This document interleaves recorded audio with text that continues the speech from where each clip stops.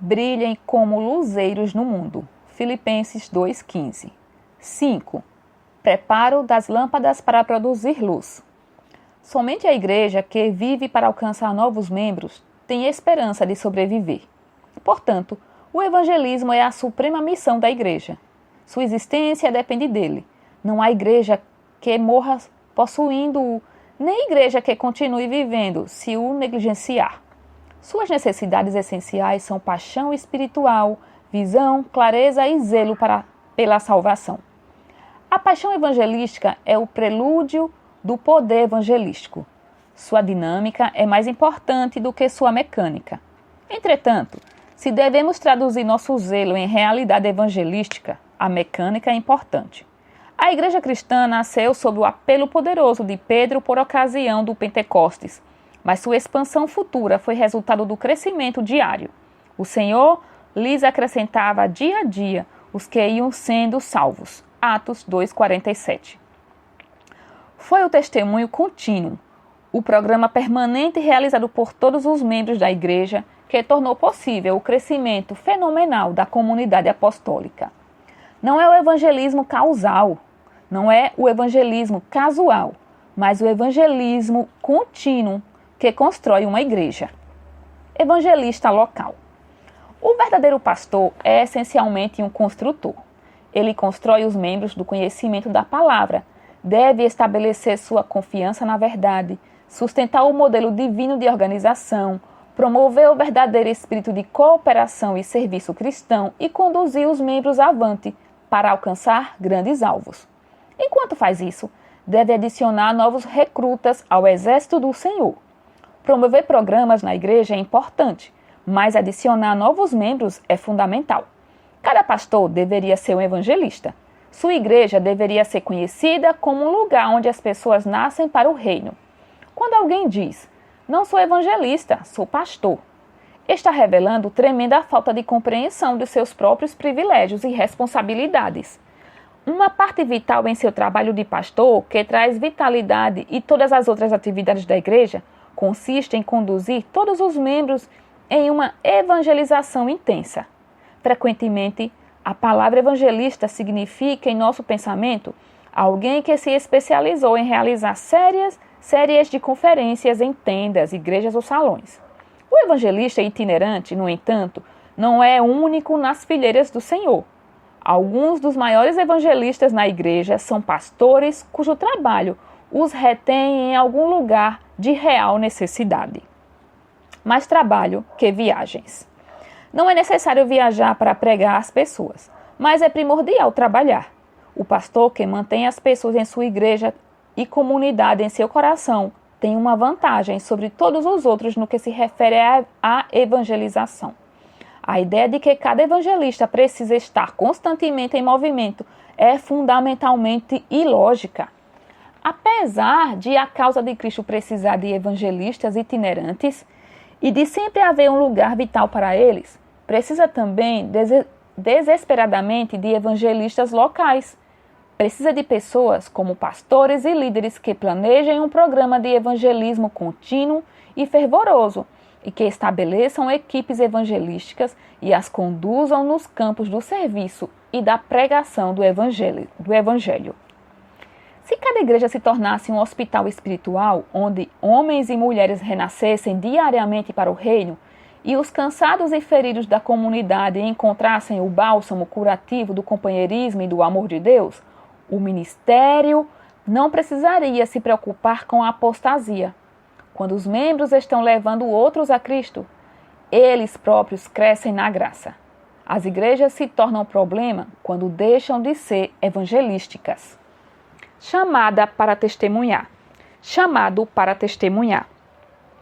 Uma das estratégias do cristianismo altamente organizado é a tentativa que se tem feito de departamentalizar o evangelismo. O modelo da igreja cristã foi estabelecido no dia de Pentecostes. Não somente os apóstolos ou o único departamento da igreja, mas cada cristão era cheio do Espírito Santo. Estavam morando em Jerusalém, judeus, homens, piedosos, vindo de todas as nações debaixo do céu. Assim, quando se fez ouvir aquela voz, afluiu a multidão, que foi tomada de perplexidade. Atos 2, 5, 6. Com as coisas que tinha visto e ouvido. Estavam atônitos e se admiravam. Verso 7. Esse foi o nascimento da igreja, e o cristianismo progride em proporção exata ao cumprimento do modelo divino. A igreja apostólica era um corpo evangelístico porque testemunhava. Cada membro se tornava uma testemunha. O evangelismo é nada mais que testemunhar. É preciso entender que o testemunho claro de alguém verdadeiramente convertido não é facilmente controvertido. Uma coisa sei, eu era cego e agora vejo. João 9,25. Essa foi uma resposta que os fariseus não puderam contradizer. A menos que nosso evangelismo seja de testemunhos, não importa quão esplêndida seja a nossa organização, quão cuidadosa e fielmente o programa seja financiado ou quão eloquente seja o sermão. Tudo será de pouco ou nenhum valor, disse o Senhor, e serão minhas testemunhas. Atos 1:8. Isso era ao mesmo tempo uma ordem e uma promessa. Testemunho aceitável. Uma testemunha é alguém que conta o que viu. Pode testificar apenas daquilo que sabe e experimentou. A evidência em primeira mão não é somente a melhor, mas também é a única aceitável em uma corte de justiça. O único testemunho aceitável do Evangelho é aquele de quem conhece a alegria do Senhor e a vitória sobre o pecado por experiência. Diga-lhes como encontrou a Jesus e como você foi abençoado desde que se colocou ao seu serviço. Conte-lhes sobre a felicidade de sentar-se aos pés de Jesus e aprender preciosas lições de sua palavra. Fale a eles da alegria, da satisfação que existe na vida cristã. Que suas palavras sejam calorosas, cheios de fervor, para que possam convencê-los de que você encontrou a pérola de grande preço. Suas palavras alegres e animadoras devem demonstrar que foi achada, com certeza, a estrada melhor. Isso é trabalho missionário genuíno, e se ele for realizado, muitos acordarão como de um sonho. Se uma igreja tem de se tornar verdadeiramente evangelística, seu pastor e seus membros devem conviver com Jesus, devem conhecê-lo como Salvador pessoal e experimentar sua presença na vida. Assim como o antigo Israel foi salvo da terra do Egito, devemos conhecer o Senhor como nosso libertador. Os laços que nos ligavam ao mundo têm de ser rompidos pela maravilhosa graça de Deus. A libertação do pecado, por meio do habitar de Cristo no coração, deve ser alegre experiência diária, pois somente os cristãos vitoriosos podem testemunhar o poder do Salvador vitorioso. Esse era o segredo do sucesso apostólico. Os primeiros evangelistas não pleiteavam uma causa, mas eram mensageiros que proclamavam um Senhor ressurreto. Suas mensagens eram baseadas na certeza do Evangelho. O que era desde o princípio, o que ouvimos, o que vimos com os nossos próprios olhos, o que contemplamos e as nossas mãos apalparam. Esse era o seu apelo. 1 João 1:1. Quando Saulo de Tarso encontrou o Senhor ressuscitado perto de Damasco, caiu à terra, cego. Como esse momento deve ter sido intenso diante da glória revelada de Cristo.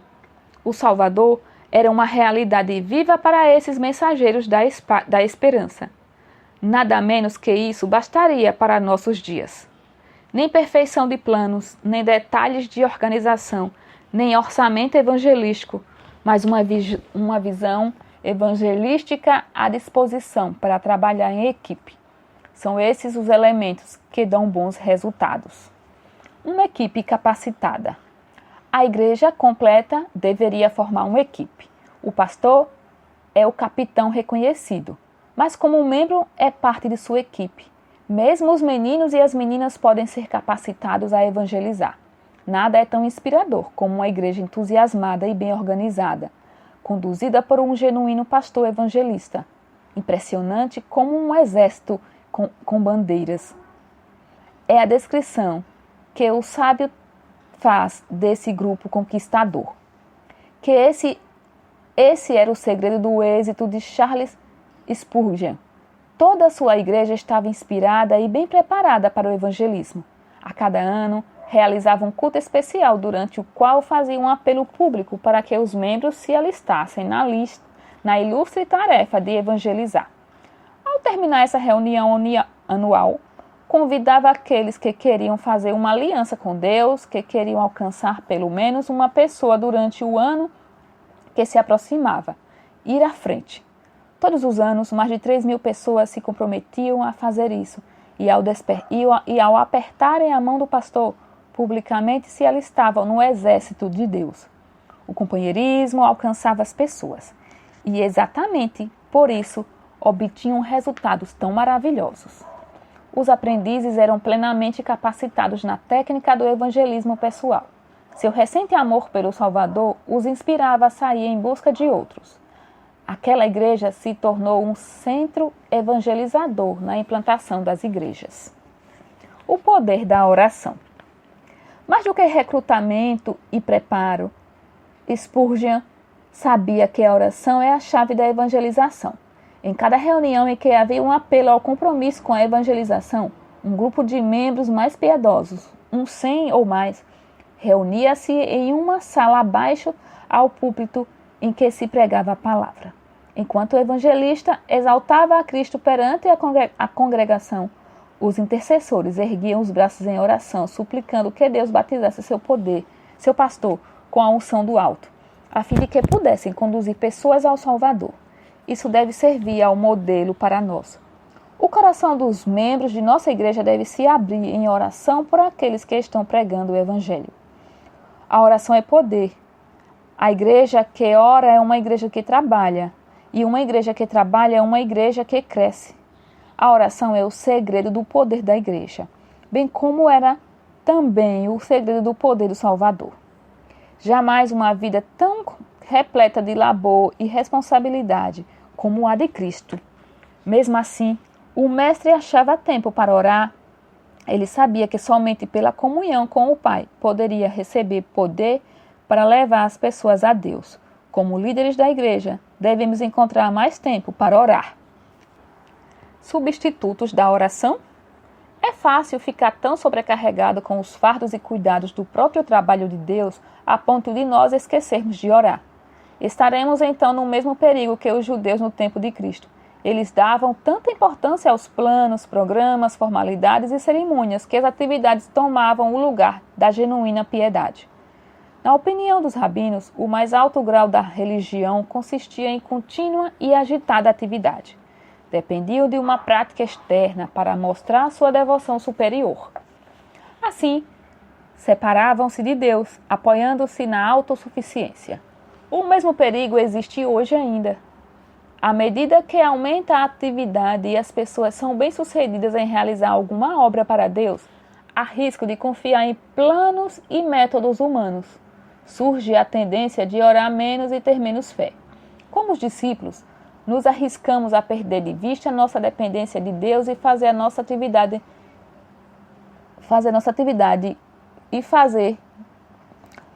Vamos lá. Como os discípulos, nos arriscamos a perder de vista nossa dependência de Deus e fazer de nossa atividade um Salvador. Necessitamos olhar continuamente para Jesus, compreendendo que é seu poder que realiza a obra.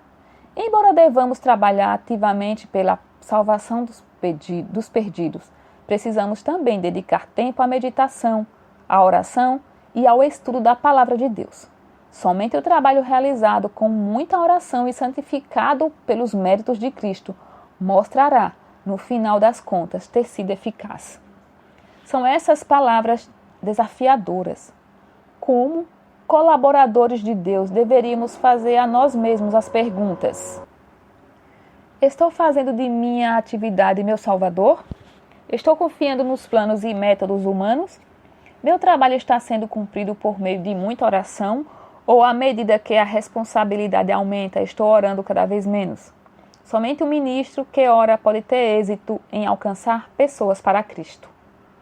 Faça fogo no púlpito. O segredo para haver uma igreja evangelística é ter um pastor empenhado em levar pessoas a Cristo, que inspire seu povo com sua disposição evangelística. O entusiasmo de um pastor que demonstre paixão pelas pessoas motivará a igreja toda. O povo absorverá seu espírito. As grandes vitórias evangelísticas geralmente começam no coração do pregador e não se passa muito tempo até que toda a igreja esteja ardendo para Deus. Quando alguém arde para Deus, pessoas de todos os tipos desejam presenciar. João Batista era uma luz ardente e brilhante. Não é de admirar que toda região fosse ouvir sua mensagem. Resultados evangelísticos poderosos são vistos quando os pregadores e as igrejas pegarem fogo, tornarem-se fervorosos. Cada igreja será, então, um verdadeiro centro evangelístico e cada pastor, um verdadeiro pastor evangelista. Esse é o modelo apostólico. Perguntaram a John Wesley por que tanta gente procurava ouvi-lo. Ele respondeu: Deus põe fogo em mim e o povo vem me ver. Deus põe fogo em mim e o povo vem me ver queimar. A palavra de Deus a Zacarias foi: naquele dia, porei os chefes de Judá como um braseiro aceso debaixo da lenha e como uma tocha acesa entre os feixes de trigo. Zacarias 12:6. Nossa paixão prova nossa compaixão. Nossa paixão prova nossa compaixão.